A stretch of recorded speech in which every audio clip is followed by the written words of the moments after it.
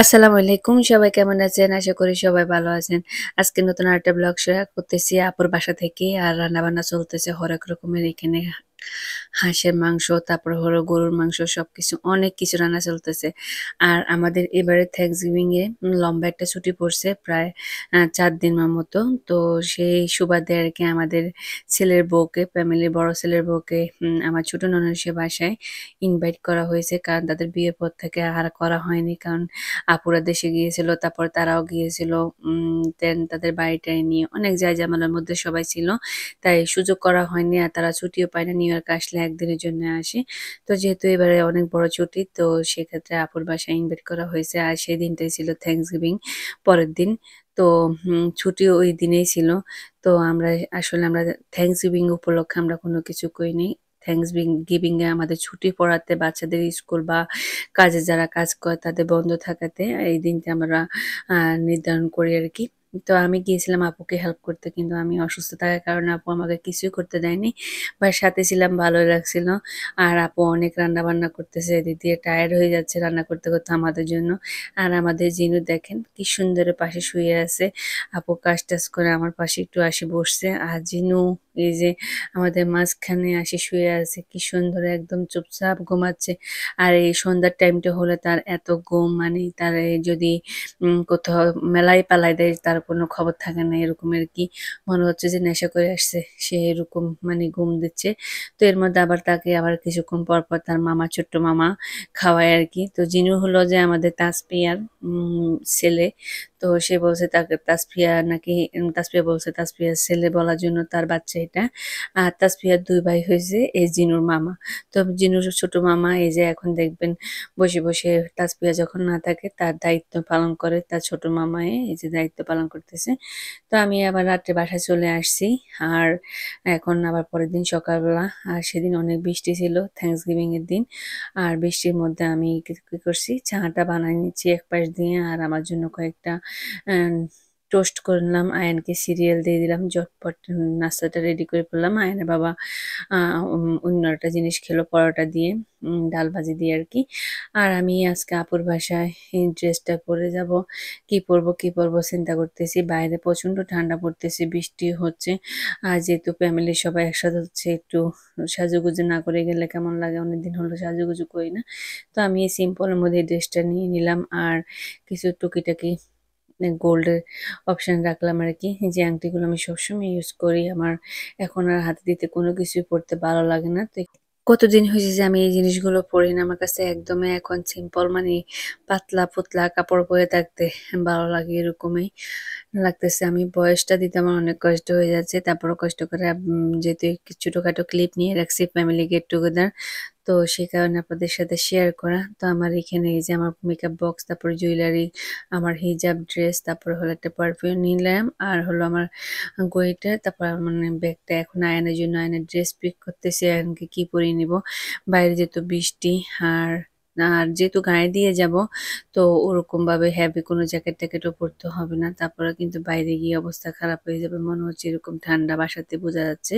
তো আমি আয়ানের জন্য ব্লাক কালারের একটা প্যান্ট, জিন্স প্যান্ট নিয়ে দিলাম। আর হলো যে লং স্লিভের একটা গেঞ্জি নিয়ে নিলাম। তো আমি এই যে রেডি হয়ে বেরিয়ে পড়লাম। আর যে ব্যাগটা চেয়েছিলাম সেটা আর নিইনি। সেটা অনেক ছোট হয়ে যায়। তো আমার ওষুধ-টষুধ অনেক কিছু নিতে হয় ব্যাগে করে। তো সে কারণে আমি আমার রেগুলার ইউজের ব্যাগটাই নিয়ে নিলাম, যেটার মধ্যে আমার প্রয়োজনীয় সব জিনিসপত্র ঢোকানো যায়।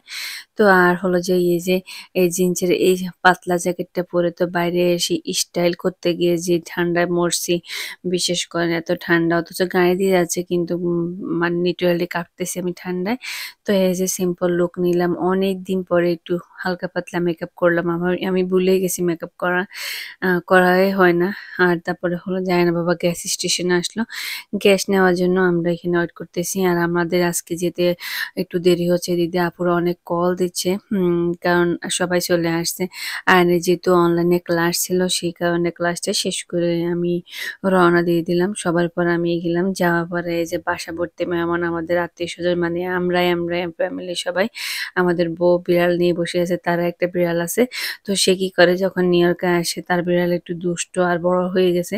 তারা তার মায়ের বাসায় রাখিয়ে আসে বা মানে তাদের তাদের বাচ্চা আমরা বলি যে ওদের বাচ্চা নানির বাসায় রাখিয়ে আসে। আর এই যে আমার ভাগিনা-ভাগ্নি সবাই। আর তাসফিয়া দেখেন তার বিড়ালটা কি সুন্দর করে সাজুগুজু করেছে। এই বিড়াল নিয়ে পোলাপান সবগুলো ছিল দাওয়াতের মধ্যে। এই আর কি অবস্থা। এই যে বিড়াল নিয়ে বসে আছে। আর বিড়ালটা এত কিউট, এত মায়া করে সবাইকে মানে সে এখনো ছোট মাত্র ৩ মাস নাকি ২ মাস তার বয়স। অনেক ভালো লাগে।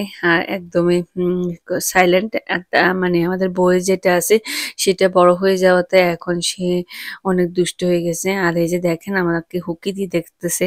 সবাইকে দেখছে আমাকে আবার তো দেখা নেই এখন আমাকে দেখতেছে। এদিক দিয়ে আপুরা টেবিল সাজিয়ে ১ গ্রুপ ২ গ্রুপ খাইয়ে ফেলছে।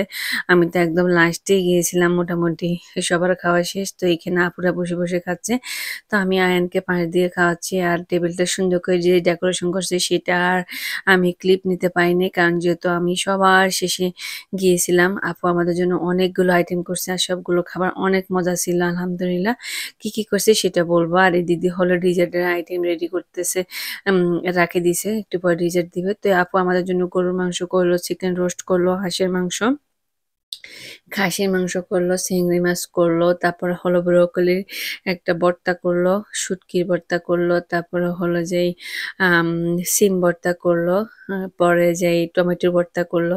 অনেক কিছু করলো আলহামদুলিল্লাহ। অনেক মজা করে খেয়েছি। এই যে দেখেন আমি প্লেট সাজিয়ে নিয়েছি খাওয়ার জন্য।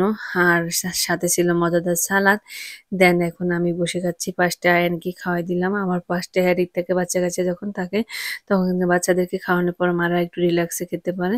তো খাবার-দাবার শেষ করে আমাদের বাসাতে হলো সব বুড়ি, আমার শাশুড়ি, আমার ননদদের শাশুড়িরা সবাই বসে পান খায়। তো আমরাও সবাই এনজয় করতেছি। তো আমি খাচ্ছি না, এটা আপু বানাচ্ছে। আপুর জন্য তো আমি বলতেছি, "তুমি বানাও, আমি একটু ভিডিও করি।" পান বানানো অনেকদিন হচ্ছে পান বানানোর ভিডিও করি না। আর বের হওয়া হয় না। আমরা বের হলে কিন্তু কিরকম ফানের কারণ যখন মুরব্বিরা আমাদের সাথে যায় তো ওনারা পান খায় আর ওনাদের পানের বানানোর ভিডিওগুলো আমি সবসময় আমার ভিডিও ক্লিপে রাখি। তো এদিক দিয়ে আপু আরেকটা পান বানাচ্ছে। আমি বলতেছি, "না আমি খাবো না।" তুমি খাও। আমি ভিডিও করি তো আপু এখন খাচ্ছে। এই তো পান বানানোর ভিডিও আপনাদের সাথে শেয়ার করলাম। আমাদের মজাদার পান বানানো। অনেকের বাসাতে গেলে এই জিনিসটা পাওয়া যায় না। জানেন যাদের বাসায় মুরব্বি আছে তারা কিন্তু অনেক মুরব্বিরা কিন্তু খায় না। আমার শাশুড়ি, আমার ননদের শাশুড়িরা সবাই মিলে খায়। আমরা অনেক মজা করে খাই। আর আপুর বাসায় বউ নতুন করে আসাতে আপু এই আংটিটা গিফট করলো। কেমন হলো অবশ্যই কমেন্ট করে জানাবেন। আর এদিক দিয়ে হলো সবাই মিলে বাচ্চা-কাচ্চারা সবাই মিলে বিড়ালকে দেখতেছে। আমার দেবর-টেবর সবাই আসছে। মানে ওইদিন বলছি না ফ্যামিলি গেট টুগেদার সবাই। আর এই যে দেখেন তাসফিয়ার রুমে হলো তার বাচ্চার জিনিসপত্র, বিড়ালের খাবার-দাবার এখন তার রুমে কোনো কিছু নাই। শুধু বিড়ালের মনে হচ্ছে যে লিটারেলি তাসফিয়ার রুমে গেলে এই যে দেখেন মনে হচ্ছে যে নিউবর্ন বেবি আসলে যেরকম অনেক জিনিসপত্র থাকে না এরকম। দেন আপুর কিচেনে আসলাম। এখন নাস্তার আইটেম বিকালে সবাই চলে যাবে আবার। তো এদিক দিয়ে হলো আপুর উন্ডোতে কি সুন্দর কাঁচামরিচের গাছ দেখেন। এগুলো আপু কিন্তু গার্ডেন থেকে নিয়ে আসছে। এগুলো সারা বছর আপুর উন্ডোতে থাকে। আবার সামার আসলে এগুলো গার্ডেনে নিয়ে যায়। দেন আবার উইন্টার আসলে এগুলো বাসায় নিয়ে আসে। এদিক দিয়ে আপু অনেক কিছু নাস্তার আইটেমে রাখছে। এখানে ফ্রুটের একটা ডিজার্ট রাখছিল। তারপরে হলো এদিক দিয়ে হলো ফ্রুট অনেক মিক্স ফ্রুট কেটে রাখছিল। আবার এগুলো বাইয়ে ডেকোরেশন করে রাখছে। বাইয়ে অনেক সুন্দর করে ফ্রুটের প্লেট সাজাতে পারে আরকি।